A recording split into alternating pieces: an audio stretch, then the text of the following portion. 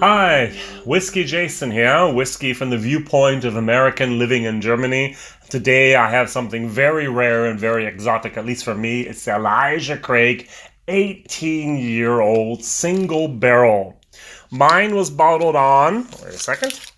Mine was bottled on November 24th, 1997, which means it was barreled, it was filled, it was bottled, wow. It was bottled 2015. Filled in the barrel, so I have barrel number 4248. If you take a look at there, you can see exactly what she wrote. I'm going to say it's a she. And I actually imported this from the UK, since it's almost impossible to get here in Germany. I paid over $200 for this bottle. When I was in Kentucky in the summer of 2017, they said, sorry, nothing, no supplies whatsoever. I asked about a 23-year-old and the 18-year-old, and they just kind of laughed.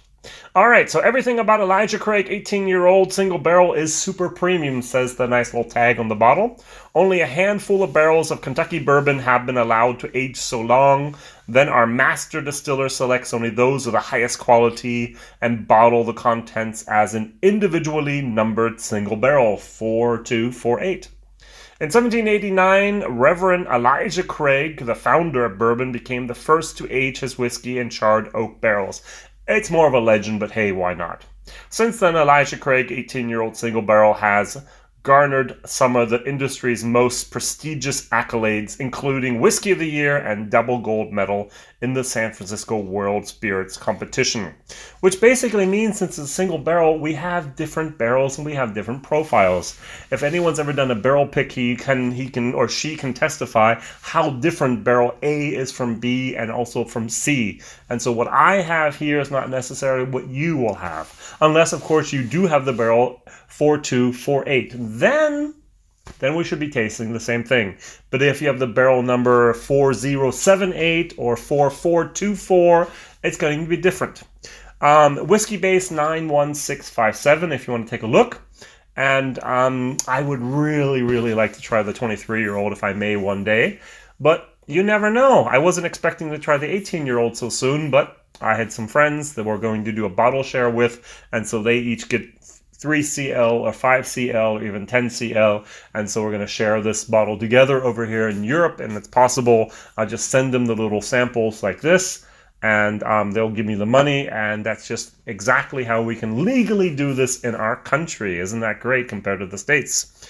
And so they're paying exactly the same price I paid for the bottle, including postage and taxes and so on. So on the nose, first of all, we still over here in Germany have the Elijah Craig 12 in that bottle, and we actually still have the barrel proof from this bottle. And so I have tried both of these before, actually in my control whiskeys. And the very first thing that I get here, and this is what really kind of disturbed my hopes, I'm going to even say destroyed my hopes, was it's hot. It's actually much hotter than this with 47 compared to the 45, which I think is weird. And the nose, there's not as much caramel or oak or chocolate on there. It's just, or the cotton candy. It's just kind of hot. With a little bit of wood, with a little bit of cotton candy, but it really doesn't open up like it should. So let's try it.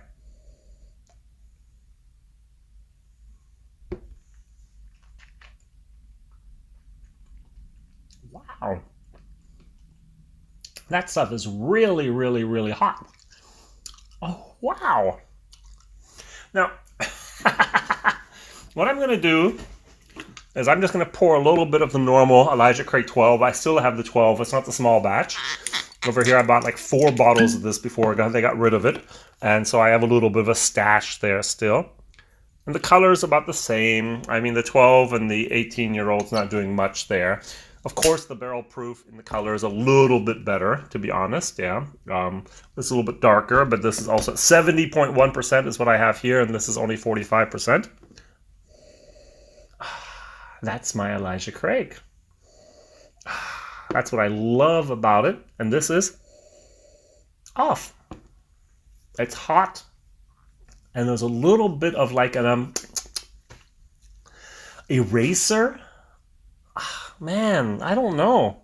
Over in Britain, they say rubber to that. So all my American friends are gonna laugh because I'm at the school day. Could you please pass me the rubber? And I was like, nah, I'll give you my eraser. All right. So let's try the 12 ones.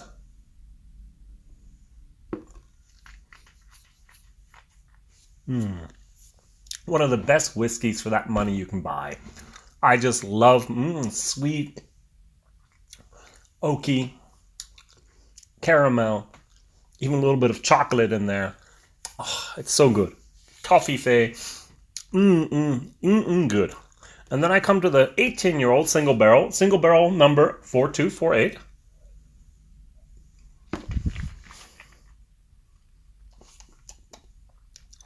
It's hot. It's a little bitter.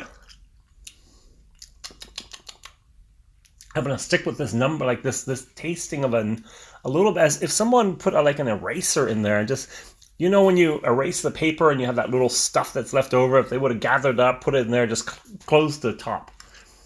Oh, and it burns. It burns. It's really that rubber of the eraser has just a little bit of a type of plastic taste as well to this.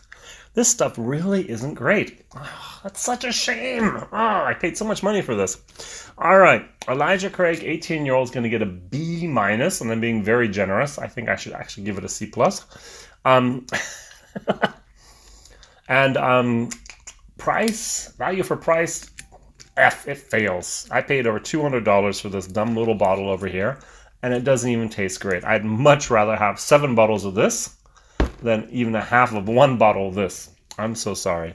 All right, so Whiskey Jason here, whiskey from the viewpoint of American in Germany. I just tasted the barrel number 4248 of Elijah Craig, 18-year-old. Barreled on November 24th, 1997, and bottled in 2015. Extra from the UK, flown over here to Germany, and I am not a big fan of this.